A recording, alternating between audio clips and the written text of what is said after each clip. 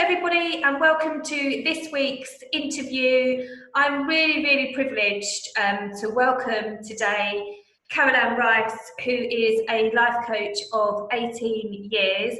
Hi Carole Ann, how are you? Really good, thank you. Thanks for having me today, Sam. Oh, it's wonderful. So I know, because I've had the privilege of getting to know Carole Ann over the last year, and I know that you work with a whole array of different people, from CEOs, startup businesses, stay-at-home families, and you're really all about taking successful people and helping them to be even more successful, aren't you? Yeah, that's what I like to do. People who've already had a track record of success, but they've kind of hit a wall, or they feel there's something about themselves is now holding them back. It's not always opportunity, but they've kind of reached the end of their capabilities or their belief, or some limiting belief they're holding on to is really keeping them stuck. So I come in to help remove the rut and get them into the groove again.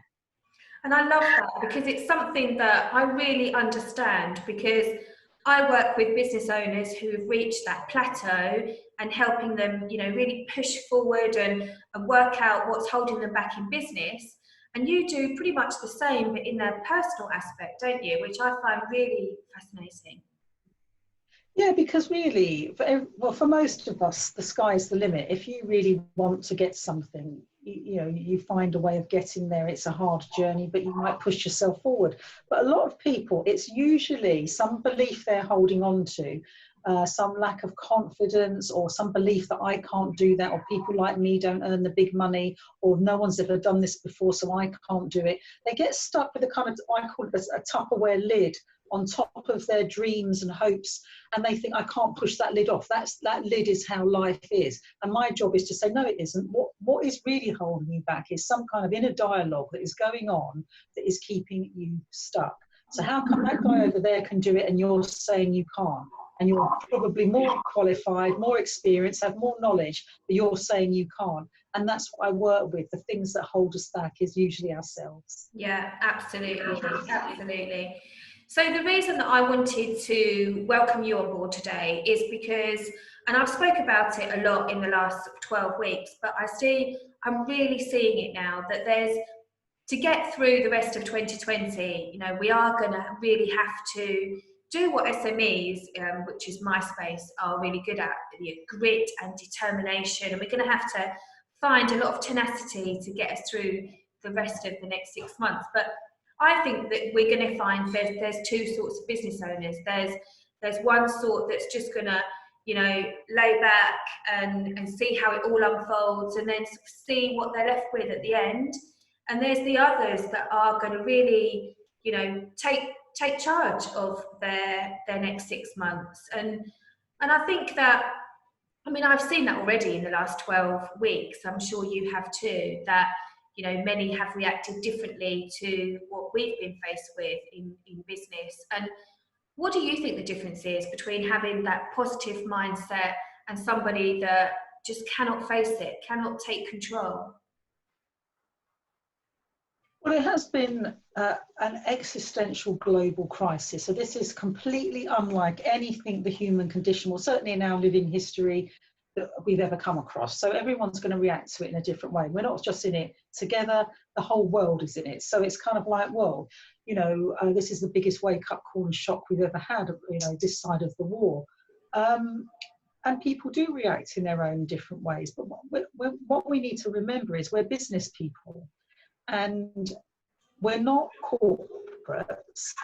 The beauty of being a small, medium-sized enterprise is that we have the ability to be agile and to be flexible. And this wonderful word that I love, reinvention. We can reinvent ourselves on a sixpence, whereas a corporate is like a tanker. It takes a year to turn around and add something new, and it's hugely costly. Whereas we can just say, well, that's what the markets are doing now. Let's do that then. We can change our websites. We can add content. We don't need to go along many channels like they do in the corporate world to get a small thing change. So I think the beauty of having a small business or being a solo entrepreneur is our flexibility and our agility to reinvent.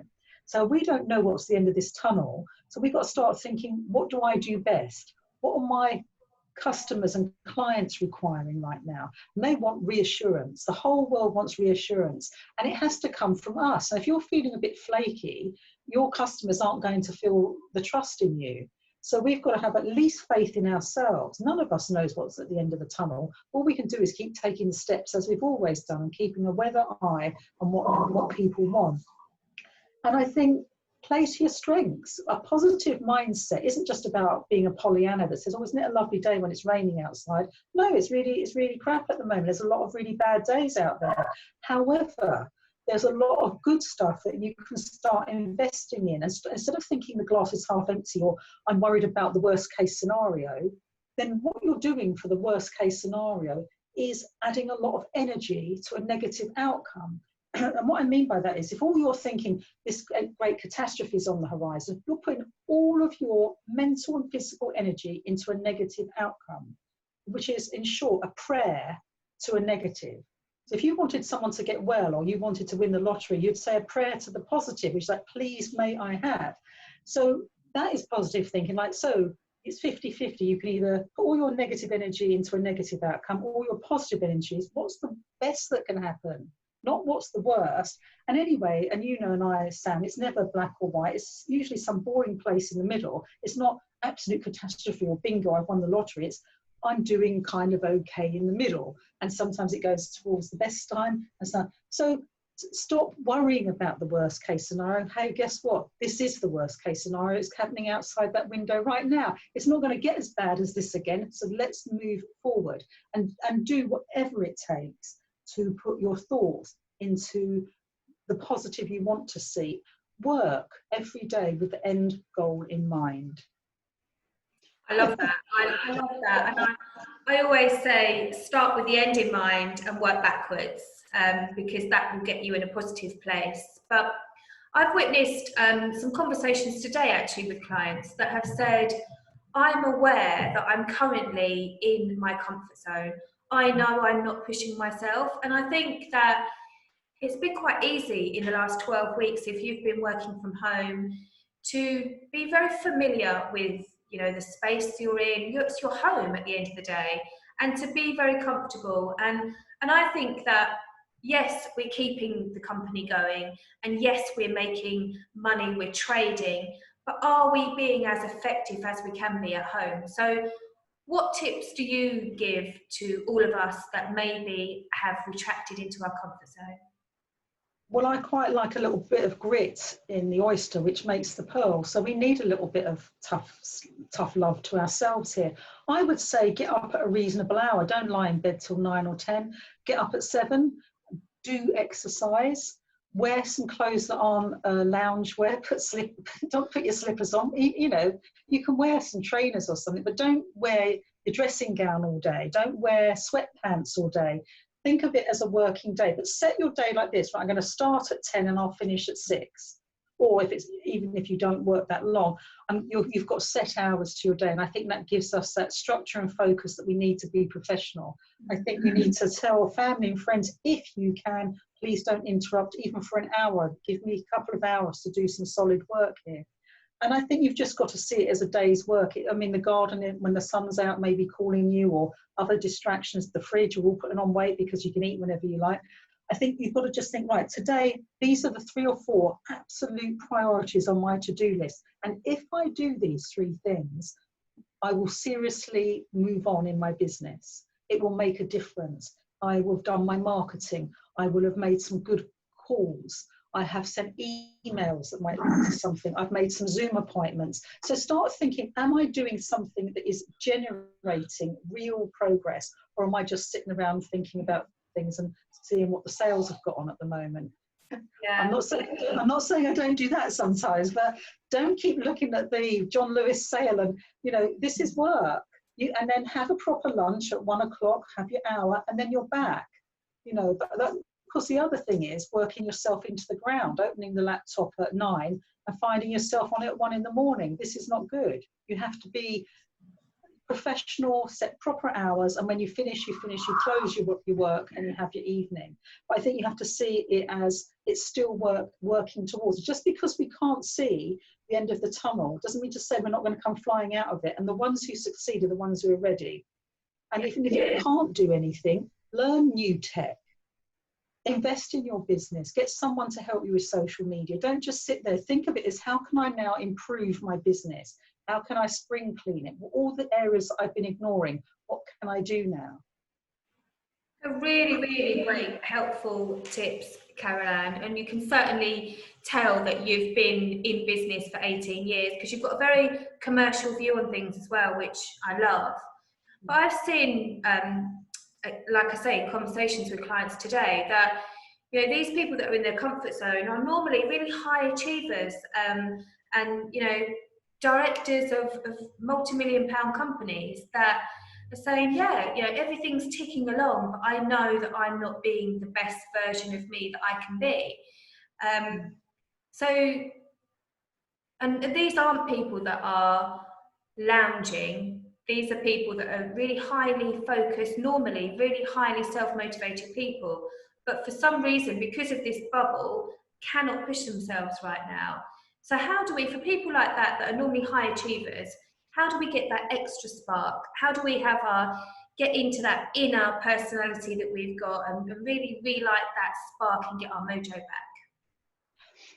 It's a tough one, isn't it? How do you kickstart your mojo? But I think a lot of people are demagnetized from their mojo at the moment. The mojo's gone out somewhere and gone for a drink at a bar that isn't open and hasn't come back. And we need to get our mojo back in the room. And I think some of the things that can do that is remembering the why. Why did I ever go into business? Why am I running this company? Why am I doing what I'm doing? Because that is the fuel in the tank. That's the reason why you get out of bed. That's why you started the business, not to give yourself pain and aggravation. You started it because you genuinely wanted freedom, choices, financial security, a wonderful life, to have made a difference, to achieve. Now you need to start getting back in the zone with this. And even if it is doing a 5-minute visualization of it. I mean, a lot of people can't meditate, that's fair enough. But I say to people, put on some nice sort of low-key classical music or some instrumental and just sit there and think, right, close my eyes, this is what I want to achieve. I want a lovely holiday next year. I want my car, or I want my children to have this. I want money in the bank. I want to expand. Start to remember the why, because that's the one thing that's going to make you do the email, pick up the phone and speak to people. The other thing is, what excites you? What is going to give you the buzz? And I think right now people really want kindness and niceness, and it may not be may not be in business to be kind and nice, but because we are solo entrepreneurs or small businesses, we can go the extra mile for our clients. Send them emails. How are you doing? I'm offering this for free. Would you like a chat? Apropos of nothing, pick up the phone. I've just been wondering about you. Think about different ways of making connection here. And I think because being altruistic, being nice actually makes us feel really good, you might find your mojo starts to come back. Give a bit away, give someone a free trial, ask after them, follow up, send them something for free, It could be all the sort of things that really energize you, but make you be remembered when all of this is over. Yeah, that's really nice. I really like that self-awareness, knowing our own triggers. For me personally, it's action. So the more action I take, the more it feeds me, the more I want to take. So it's about putting in that first step of action, isn't it? So getting off that, that comfort zone, the comfort bubble, taking the first step, doing the action, and then I'm away. It's just that first step, which is always the hardest thing, isn't it? The first step is the hardest. It is hardest. And also I think, don't think you know it all. I think that's the other thing in business. We think, oh, I know everything. And then we get in a sort of grey funk. I know everything. No one can tell me anything. Ooh, sort of boredom of knowing everything. Well, actually, we don't know everything. So get out of your own comfort zone and go and learn something really different and exciting. Be a student again. Decide to be humble and say, I don't know. Can you tell me? The guy who started the Eden Project in Cornwall, Tim Smith, he said that obviously when it was open and he was able to have people visit, that he gets piles and piles of invites drop on his desk, like dog show, pretty baby competition, cake baking competition, because it's Cornwall. And he said he opens every sixth one he'll go to, regardless of what it is. And he said, the reason I do that is you enter another world. You find out what drives those people who grow bonsai trees or put their poodles in something. He said, because you can get locked in thinking this is all I do, working in an eco world with bureaucrats and, you know, investors. But he said, going out, you learn other things, and it broadens his perspective. You may not bring poodle grooming competitions into his daily work, but he's met new people. And I think we all need to go to a different pool sometimes and just get out of our own comfort zone there. That can help actually inspire you. Yeah, and that's the difference between an open and closed mindset, isn't it? That's right. I think none of us can afford to have a closed mindset now. It has to be, tell me more, what can I learn? You tell me is what we need to be saying now, not I've heard it all. Yeah, absolutely. So, Carole Ann, then just to finish, I mean, you've got a very successful coaching business, and I know for sure, because I've got to know you, that the next 6 months are going to be, you know, you're going to direct them, you're going to steer them, and you're going to make sure you get the year that you want. So give us a few final tips to help us get the year that we want and the results that we deserve because of all the grit and determination that we display all times. How do we get what we deserve? You get what you deserve by believing you can have it. So I don't work with clients who say, who are going to resist me. I mean, I am irresistible, of course, but what I mean is they're going to go, oh no, that won't work, that won't work. You have to keep an open mind. So stop resisting things, but go with the flow. We don't know what's going to happen. Keep an open mind, but also to believe that you can have all these things that you want. You've got to come from the mindset that is entirely possible that you can achieve this stuff. And also, it is a bit scary out there, so don't watch the news so often.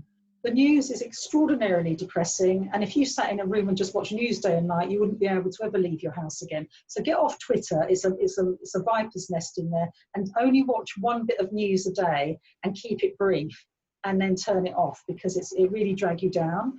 And be with a tribe of people, like a mastermind group. I know you haven't set that up for me, but it's absolutely true. My mastermind group I was on, it keeps you focused, you're getting support, you've got community, and success loves company as well. Just as misery loves company, success. Be with people who go, yeah, I get your dream, I love it.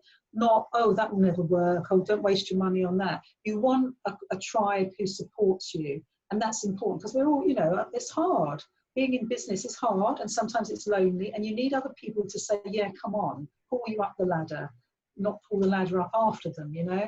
And it's not, I hate to say, it's not always family and friends who do that. You need a proper business group that are going to be, who've got your back, you know. And as we all grow, as one grows, we all grow. You know, it's not a finite pot of gold, it's infinite. The money river is infinite. It just depends whether you've got a mindset that says I've got a bucket, or the mindset that says I've got a teaspoon with a hole in it.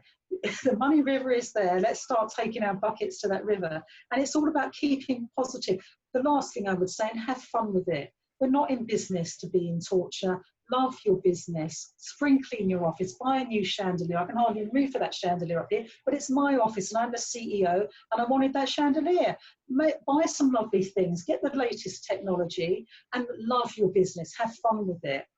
You know, that's what I would say, really enjoy it, because that energy, that enthusiasm will come off you and your clients will pick up on that.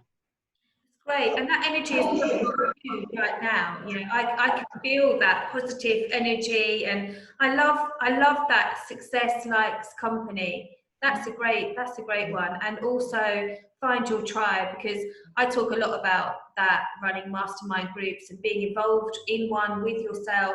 And yeah, I'm a massive believer in finding your support network and really leaning on them. And I've seen huge benefit to being part of that in the last 12 weeks, for sure.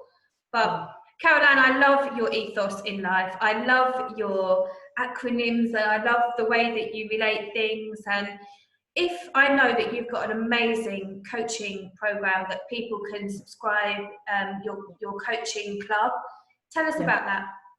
Yeah, I have one-to-one packages where it's like exclusive one-to-one confidential coaching with me. But because I went on a mastermind with you and Penny, I came up with this idea that everyone should have access to a coach to help them in life. So I come up with the CC Club, which means Coaching and Clarity Club. And we meet every Monday on Zoom at 11 a.m. in the morning. So we have 4 hours of coaching a month. It's a supportive community, and it's less than £1 a day. It's £27 a month. So it's like if you were buying a Starbucks coffee, which is £2 or £3, it's less than that a day. We've got a lovely support group on Facebook, and it's basically anyone could have some coaching, keep them on the right track. We're all in it together. We're all supporting each other. So I think people are really interested in personal development at the moment as well. Yeah, for sure. So if somebody wanted to join your CC Club or work with you, Carole Ann, how do we do that? Yeah, you can either Google me, Carole Ann Rice, and I should come up, or my company is The Real Coaching Company, Real, R-E-A-L. And on the homepage, there's a black button that says join the CC Club, and you can go through there. But there's a lot of stuff on that website, so have a look around. It's a bit like a department store. Go shopping. We can't do that right now, so why not have a look at The Real Coaching Company? That's amazing. Carole Ann, it's been a pleasure. I've really enjoyed it. I love hanging out with you anyway, but today's Thank you very much. Thank you for all your tips. Thank you so much. You're very welcome. Thank you.